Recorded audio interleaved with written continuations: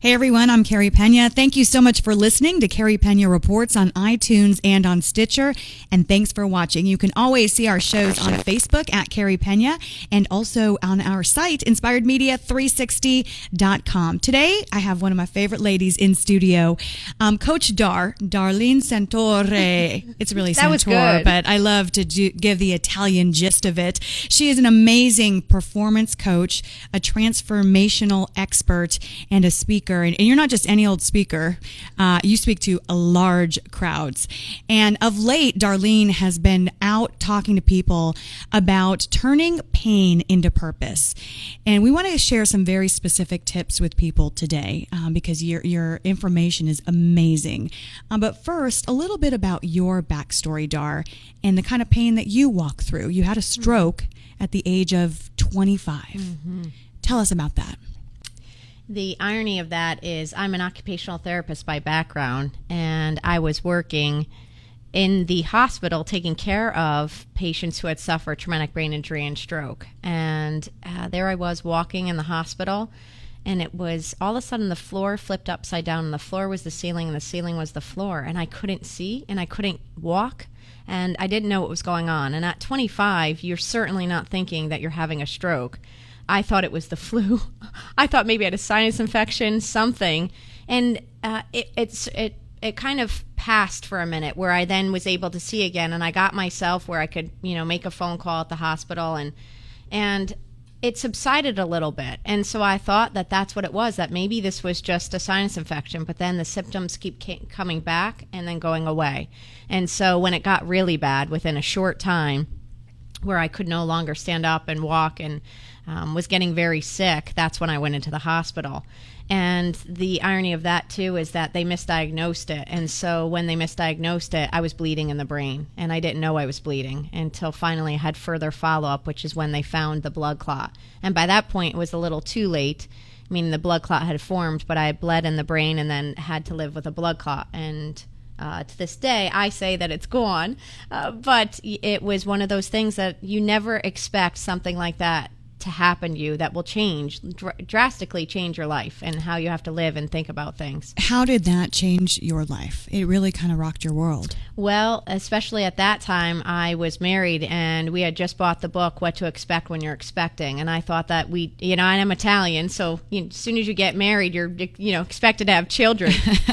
But then I couldn't have children from that point, too. So you as a woman too, you feel you're going to be able to have a family, provide a family, and I'm very much a go-getter and a career set, and things change and you have to shift. And I learned quickly what I was teaching my patients. I then had to learn in many ways, from the mental game to the physical game, and then how I was going to persevere and how I was going to reframe things and create a new purpose and go on. And that's what I did. How did you, because this is so tough when life doesn't go as you thought it was going to go.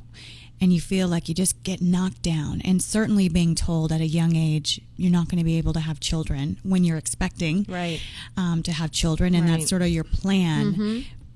How did you emotionally start to pull yourself back out of that?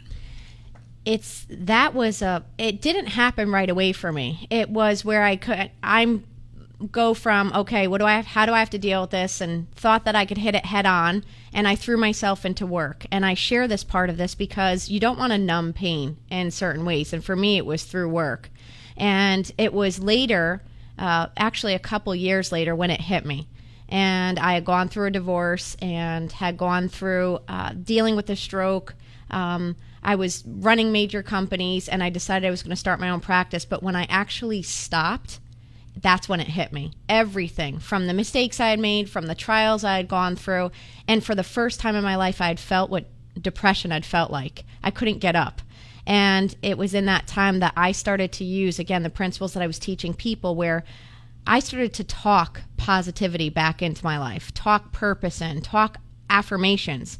I'm strong, I'm healthy, I can, follow my calling. I had a tribe around me that came right about on my side, and, I had my faith. And it was one of those things where my sister walked in and she said, Dar, you've been called to do what you've been called to do. And she's like, you can't serve in this way. You've got to get up and you've got to go do it. And I said, I know.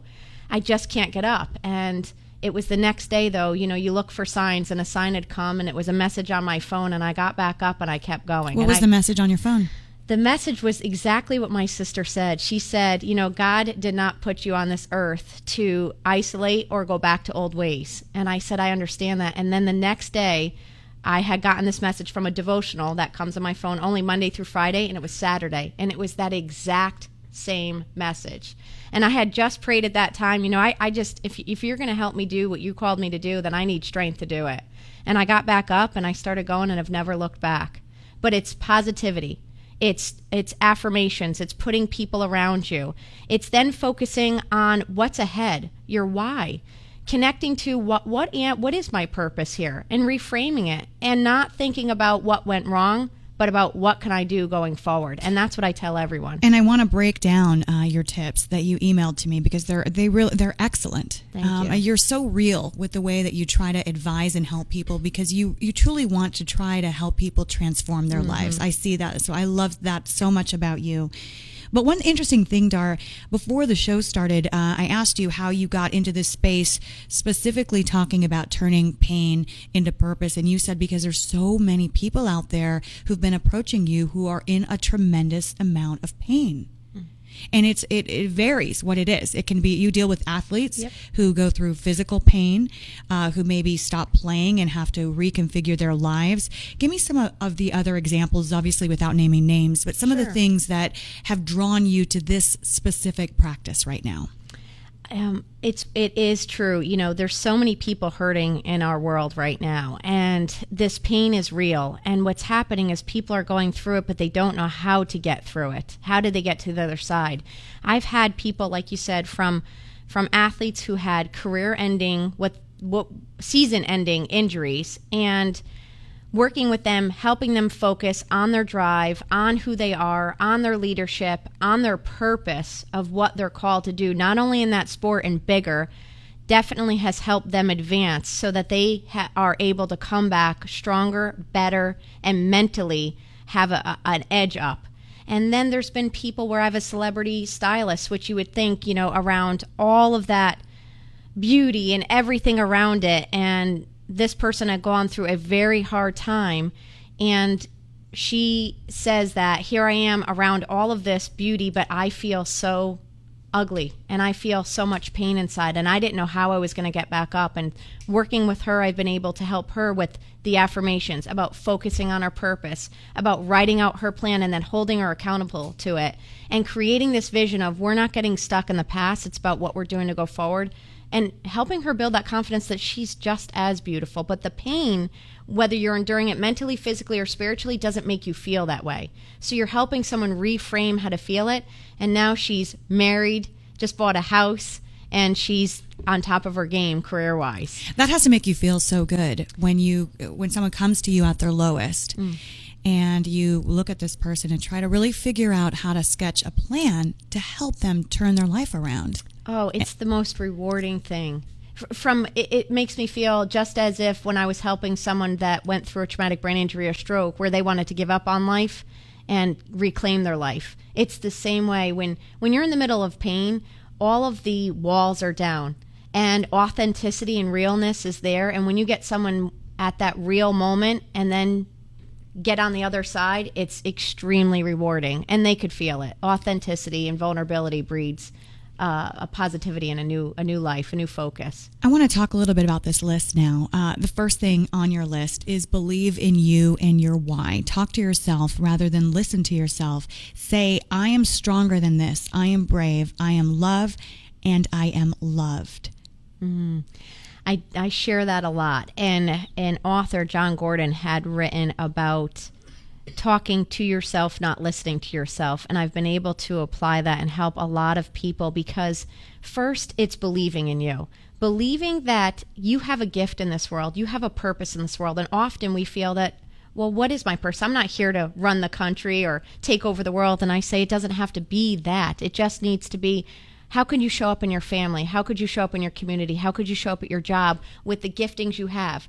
You have a gifting inside you. No one else has that. And that's how we make this world uniquely together, and we unite, because everyone starts to put like a puzzle, their pieces together.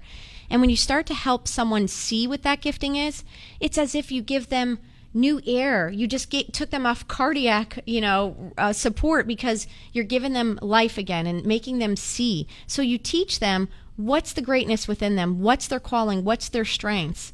And then you tell them to start talking to themselves positive, because if we listen, we start to listen to the negative chatter. And that negative chatter takes us right into this rabbit trail, and you get stuck. And that's where I start to say, you hear people, they go put on a sad song when they're sad, and I'm thinking, no, don't go do that.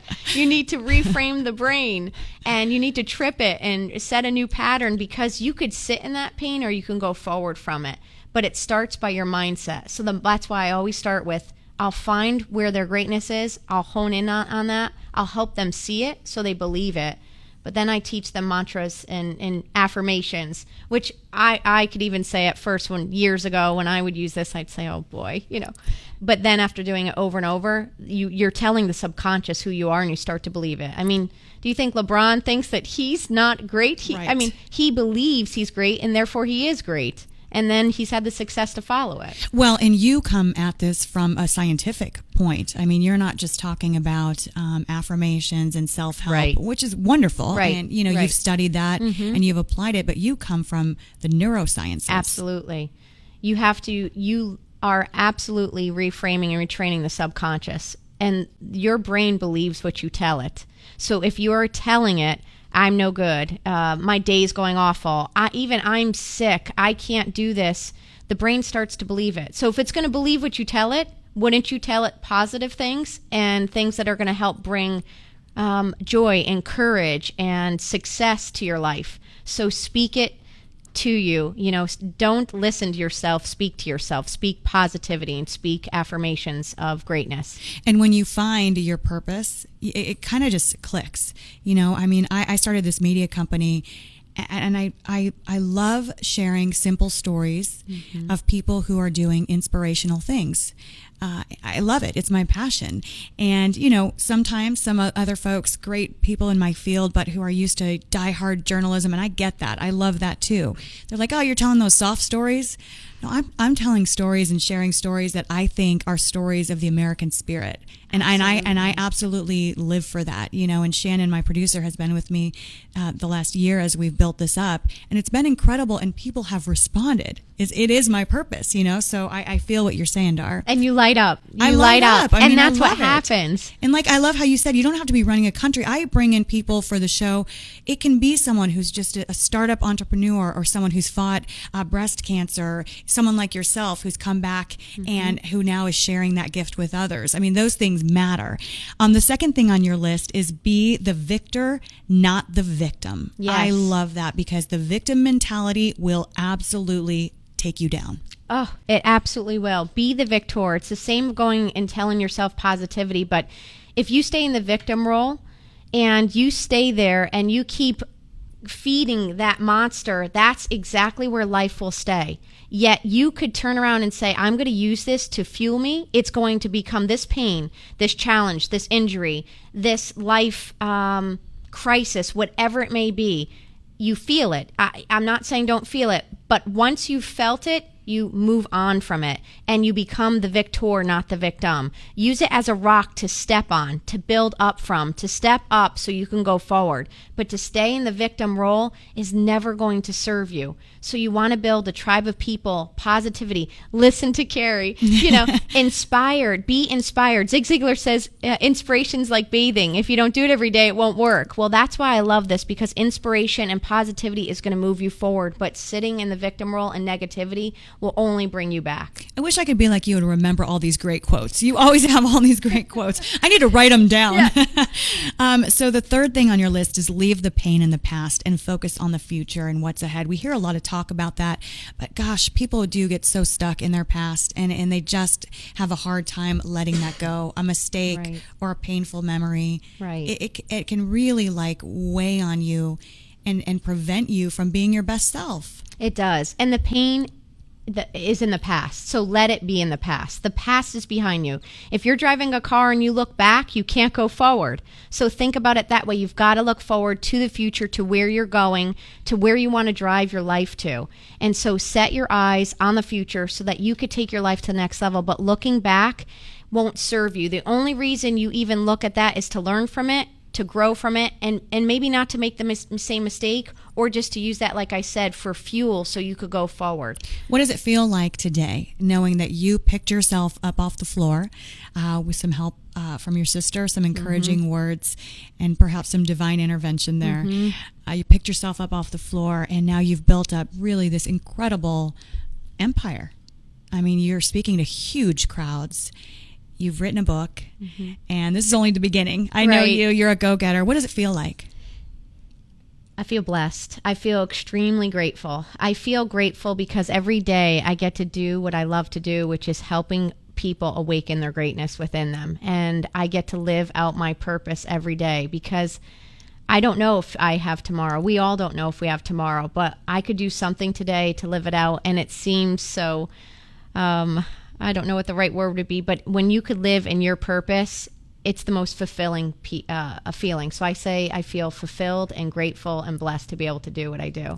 And being a stroke survivor, this is something that's obviously near and dear to your heart, helping to raise money for awareness about stroke. Because one of the things is people, like you mentioned, you don't always know that you're having a stroke. No. And one of the charities I'm involved with is Heartball, and that benefits the American Heart Association, and that's to fight heart attack and stroke. Yes. So you're dancing or emceeing in a big event. Tell me quickly about that. I am emceeing tomorrow. It's called Dancing for Stroke, so it's set up just like Dancing with the Stars, but it's both healthy people dancing with also those that have had strokes, and some of them were told they'd never walk again, and they're going to be up dancing, and it's going to raise awareness for neuro wellness, and that's both from traumatic brain injury, Parkinson's, MS, stroke, and just teaching people to be well and also inspiring them and giving them hope that there is life after pain. I love it. And that's put on by Dignity Health Foundation. Yes. Where can people find out more about you, Dar? They can go to CoachDar.com. That's my website. And then you could follow along on Instagram or Twitter, and the handle is @TheCoachDar. And then you can go to Facebook to Darlene Santor, but it's Darleen, and then Santor, Santore. And I post inspirational posts, if not every day, every other day, and give you a little pep talk and sometimes videos. So go there to get some inspiration. I love that video you posted of you walking out on stage, and you were dancing to Eminem. Yes. And you were pumped up, a little behind the scenes. I was like, I need to start my next keynote speech just like that. Bringing it. Dar, thank you so much. And thanks to all of you for listening and for watching our live stream. You can see the show always on my Facebook page @Carrie Pena or on our site, inspiredmedia360.com. Be sure to subscribe so you stay in close touch with us. We pump out a lot of content, you guys, and I'm trying to send out a lot of inspiration every single day. Today's show produced and engineered by Shannon Hernandez, brought to you by Inspired Media 360. Until next time, stay inspired.